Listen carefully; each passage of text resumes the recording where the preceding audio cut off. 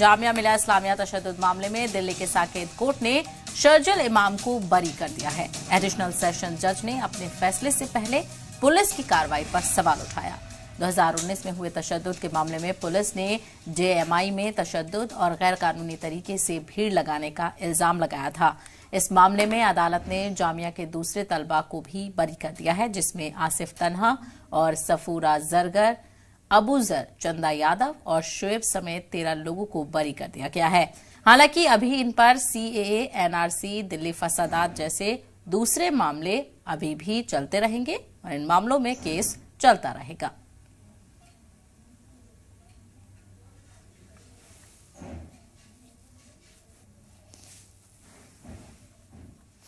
इसमें जामिया की ही स्टूडेंट्स हैं। इसमें मतलब सफूरा जरगर हैं, शर्जिल इमाम हैं, अबू ज़र है, चंदा यादव है और शुएब है, महमूद अनवर है, कासिम है। ये सारे स्टूडेंट्स, शहजाद रज़ा खान, सब मिला के 13 स्टूडेंट्स को जो है कोर्ट ने आज डिस्चार्ज किया है और यहाँ पे जो है वो फाइल क्लोज़ हो गई है, बंद हो गई है। अब आगे जो है इस केस में केस नहीं चलेगा। जामिया में जो 13 दिसंबर 2019 को CA और NRC के विरोध में जो है प्रोटेस्ट हो रहा था, जो कानून सरकार लेके आई थी, और जब वो प्रोटेस्ट हो रहा था और दिल्ली पुलिस जो है वो जामिया के स्टूडेंट्स जो है वो पार्लियामेंट तक मार्च करना चाह रहे थे, लेकिन दिल्ली पुलिस जो है वो मार्च नहीं करने दी और उसके बाद जो है अगले दिन जो है सुबह उन्होंने FIR कर कोर्ट में जो है वो केसेस चल रहे थे, आर्गूमेंट हो रहे थे चार्ज पे आर्गूमेंट कल जो है वो कंप्लीट हुए और ऑर्डर रिजर्व था। और जो साकेत कोर्ट है, साकेत कोर्ट में जज ने ये कहते हुए हम लोगों को जो है वो डिस्चार्ज कर दिया कि पुलिस ने जो भी एलिगेशंस लगाए थे वो सारे बेबुनियाद हैं, उनमें कोई भी स्ट्रॉन्ग सबूत जो है वो दिखाई नहीं देता है। और उसके बाद जो है ये जो प्रोटेस्ट कर रहे थे, ये संवैधानिक प्रोटेस्ट है, इसका जो है संविधान में राइट्स है और ये पीसफुल प्रोटेस्ट था और इसको जो है हिंसक जो है वो पुलिस ने ही बनाए थे। और इसी मामले को लेकर मजीद बातचीत करेंगे। हमारे साथ शर्जिल इमाम के भाई मुजम्मिल इस वक्त हमारे साथ जुड़ गए हैं। मुजम्मिल, आपका बहुत इस्तकबाल है जी सलाम में। सबसे पहले आपसे ये पूछना चाहेंगे कि आपके वकील की तरफ से क्या कुछ दलीलें पेश की गई कोर्ट में? जी बहुत बहुत शुक्रिया जी। दलील तो ऑब्वियस सी बात है कि हम अपने जो हमारे रोल के बारे में तस्करा किया जा रहा था जामिया वायलेंस में, हमने उसके बारे में जो भी सबूत पुलिस वालों ने कोर्ट के नजर में डाले थे, हमने उसके बारे में तस्करा की और कोर्ट को ये चीजें बताया नहीं कि कोशिश करी कि कहीं ना कहीं ये सारे आरोप फर्जी हैं और पिछले 3 सालों से बेबुनियाद केसेस में हमें फंसाया जा रहा है।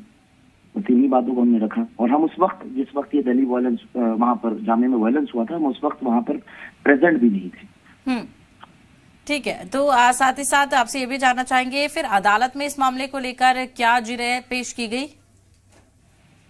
जी, अदालत में हमारे लॉयर्स ने बस इसी पॉइंट ऑफ व्यू को पुश किया कि जिस वक्त ये वायलेंस हो रहा था वहां पर वायलेंस के लोकेशन पर प्रेजेंट नहीं थे और जो पुलिस वालों की दलील थी वो ये थी कि शर्जिल इमाम वहां पर प्रेजेंट थे और उन्होंने ही वो वायलेंस को भड़काया और आगजनी करवाया है, जो कि बिल्कुल बेबुनियाद थी। और कोर्ट ने सबूतों और गवाहों के अभाव में इस चीज को माना कि जो भी शर्जिल पे इल्जाम लगाए जा रहे हैं वो बिल्कुल बेबुनियाद हैं और आज उन्हें केस से बरी किया।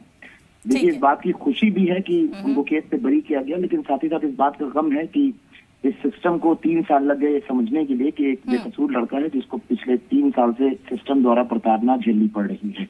ठीक है, और लेकिन जिस तरह से देखा जाए शर्जिल इमाम पर और भी कई मामले चल रहे हैं जिसके पेश नजर अभी उनकी रिहाई मुमकिन नहीं है। ऐसे में अब आगे क्या कुछ प्लान है, किस तरह से आपकी तैयारी है कि शर्जिल इमाम के लिए लड़ाई लड़ी जाए? देखिए, मैं पहले बताना चाहूँ कि शर्जिल इमाम पे कुल मिलाकर उनके जेल जाने के पहले और जेल जाने के बाद मिलाकर 8 केसेस किए गए, जिसमें लगभग 6 केसेस में उनको बेल मिल चुके हैं, जिसमें सेडिशन और UAPA के भी कुछ केसेस हैं और 2 केसेस बच गए हैं जिसमें बेल के लिए भाई बहस चल रही है हमारी हाई कोर्ट में। और इंशाल्लाह उम्मीद है कि हम बेकसूर हैं तो हमें फैसला जो होगा वो हमारे हक में होगा। और ये जिस दिन शर्जिल जेल गए थे उस दिन भी इन्होंने अपने ट्विटर हैंडल से यही लिखा था कि मुझे इस न्यायपालिका पे भरोसा है और मैं उम्मीद करता हूँ कि मैं बेगुनाह हूँ तो मुझे इंसाफ मिलेगा। बिल्कुल, और साथ ही साथ जिस तरह से देखा जाए एडिशनल सेशन जज ने अपने फैसले से पहले पुलिस की कार्रवाई पर भी सवाल उठाए हैं। इस हवाले से क्या कुछ कहा जा रहा है और क्या देखा जा रहा है? देखिए, मसला सिर्फ इस केस का नहीं है। अगर आप पिछले 2 साल में और भी केसेस उठाते हैं, जो दिल्ली वायलेंस और जामिया वायलेंस से रिलेटेड केसेस हैं, कई माननीय जजेस ने इस पे सवाल उठा रखा है कि पुलिस की कार्यवाही किस तरह की हुई और वो बिल्कुल कह सकते हैं एक कहानी के तौर पे, फिल्मी कहानी के तौर पे उसको गढ़ा गया है। ये पहली बार नहीं हो रहा है। और रही बात, अब यहाँ पर बात करते हैं कि आज ही अगर दलील की बात करें तो कोर्ट में पुलिस वालों की दलील ये थी कि शर्जील का चश्मा, शर्जील ने कहीं अपने स्पीच में बोला कि मैं जामिया गया था तो मेरा चश्मा टूट गया। तो पुलिस वालों की ये बयानी थी कि शर्जील का चश्मा टूटा, मतलब ये वायलेंस वाले जगह पे प्रेजेंट थे। इस तरह के वाहियात सबूतों के मद्देनजर वो कह सकते हैं शर्जील को या फिर दूसरे जो भी अक्यूज हैं उनको पोर्ट्रे करने की कोशिश कर रहे हैं एज अ क्रिमिनल, जो कि बिल्कुल गलत है। और साथ ही साथ अगर दूसरा केस भी उठाया जाए, जो जामिया वायलेंस के बाद दिल्ली वायलेंस वाला केस है, जो कि फरवरी के महीने में हुआ है, और शर्जील इमाम कह सकते हैं 28 जनवरी से पुलिस कस्टडी में है और इसके 1 महीने बाद दिल्ली में वायलेंस होता है और उसमें भी शर्जील को अक्यूज बनाया जाता है।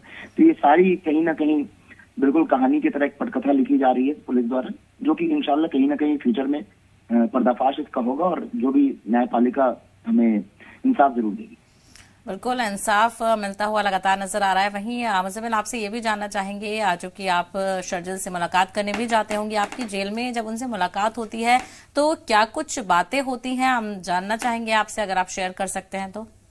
देखिए, ये तो बिल्कुल सच्चाई है कि मैंने इस 3 साल में अपने भाई के चेहरे पे न कभी खौफ देखा, न कभी इस चीज का एहसास देखा कि मैंने कुछ गलत किया है। कई वकीलों ने, जब हम अपना केस लड़ना शुरू करने वाले थे, कई वकीलों ने हमें बोला कि तुम अपनी स्पीच को ऐसे मैनिपुलेट करना, इस चीज को डिनाई करना। बट शर्जील का एक स्टेटमेंट हमेशा था कि मैंने कुछ गलत नहीं किया, मैंने जो भी किया है वो कॉन्स्टिट्यूशनल राइट है मेरा, तो मैं इस चीज में, किसी भी चीज में अपने आप को डिनाई नहीं करूंगा कि मैंने ये चीजें नहीं की है। I will stand with my words. मैंने कुछ गलत नहीं किया और मुझे इस न्यायपालिका पे भरोसा है कि जो भी फैसला होगा वो मेरे हक में होगा। बिल्कुल, और जिस तरह से देखा जाए कई मामलों को लेकर राहत मिलती हुई नजर आ रही है और आगे भी कई मामले हैं जिनके तहत केस चलता रहेगा, उसके हवाले से क्या कुछ कहा जा रहा है, क्या अदालत में चीजें रखी जा रही हैं, क्या स्टैंड है एडवोकेट्स का? देखिए, हमारे एडवोकेट का सिंपल सा स्टैंड है कि जो भी कॉन्स्टिट्यूशनल राइट्स है एक इंडिविजुअल का और जो भी freedom of speech and expression है, हमने जो भी काम किया है उसके अंतर्गत ही किया है। चक्का jam is not sedition, chakka jam is not terrorism. We are trying to make people understand that thing कि चक्का जाम करना ये हमारी प्री और पोस्ट इंडिपेंडेंस, हजारों ऐसे किस्से हैं, हजारों ऐसे एग्जाम्पल्स आपको मिल जाएंगे जिसमें चक्का जाम किया गया है। चाहे रेल रोकने का काम किया गया हो, चाहे रेल की पटरी पे मवाद डालने का काम किया हो। ये जॉर्ज फर्नांडिस ने भी अपने दौर में किया था, जो कि बाद में हमारे देश के डिफेंस मिनिस्टर बने। तो ये ऐसे आपको एग्जाम्पल्स हजारों मिल जाएंगे जिसमें डिफरेंट मुख्तलिफ पार्टी के नेताओं ने अपने अपने दौर में प्रोटेस्ट करने का ऐसा तरीका आजमाया है। इवन गांधी जी ने भी अपने दौर में चक्का जाम का प्रोटेस्ट करने का तरीका आजमाया है। तो ठीक है, अगर हम कर रहे हैं being a citizen of India, तो फिर क्या गलत है? हम भी उस कॉन्स्टिट्यूशनल राइट को ही एक्सरसाइज कर रहे हैं जो कि हर एक इंडिविजुअल को मिलता है। जी बिल्कुल, और जिस तरह से देखा जाए जो सारी चीजें सामने आ रही हैं, कई लोगों ने इसकी मुखालिफत भी की थी, कई लोगों ने आवाज उठाई थी कि शर्जील इमाम के तहत कार्रवाई होनी चाहिए। लेकिन अब जिस तरह से न्याय मिलता हुआ दिख रहा है, आप उन लोगों को क्या कहना चाहेंगे जो इस बात की मुखालिफत कर रहे थे कि शर्जील पर कार्रवाई होनी चाहिए, उनको सजा मिलनी चाहिए? देखिए, हमारे पास बोलने के लिए कुछ रह नहीं गया। वजह यह है कि वो वैसे लोग समाज में जो हैं वो हमेशा एग्जिस्ट करते हैं और एग्जिस्ट करते रहेंगे, जिनको सच्चाई से कोई लेना देना नहीं होता है। वो कुछ वक्फे के मीडिया ट्रायल से अपना एक परसेप्शन बना लेते हैं और वो अपनी राजनीतिक रोटी आंख सेकने के लिए कहीं ना कहीं किसी भी इंडिविजुअल को या किसी भी ग्रुप को आप कह सकते हैं मुल्जिम ठहरा सकते हैं। तो वैसे लोग आज भी एग्जिस्ट कर रहे हैं, भविष्य में ही करेंगे और पास में भी एग्जिस्ट करते रहें। तो उनके लिए बेहतर जवाब है कि कोर्ट हमसे बेहतर जवाब उनको दे रही है, तो हमें कुछ बोलने की जरूरत नहीं है। जी मुझे एक आखिरी छोटा सा सवाल, चूंकि वक्त गुजर रहा है, दिन गुजर रहा है, आपको और आपकी फैमिली को किस तरह की दिक्कतों का सामना करना पड़ता है? देखिए, ऑब्वियस सी बात है कि अगर घर का कोई फैमिली मेंबर इन सब परेशानियों में फंस जाते हैं तो ये घर के लिए काफी मुश्किलात हो जाती है।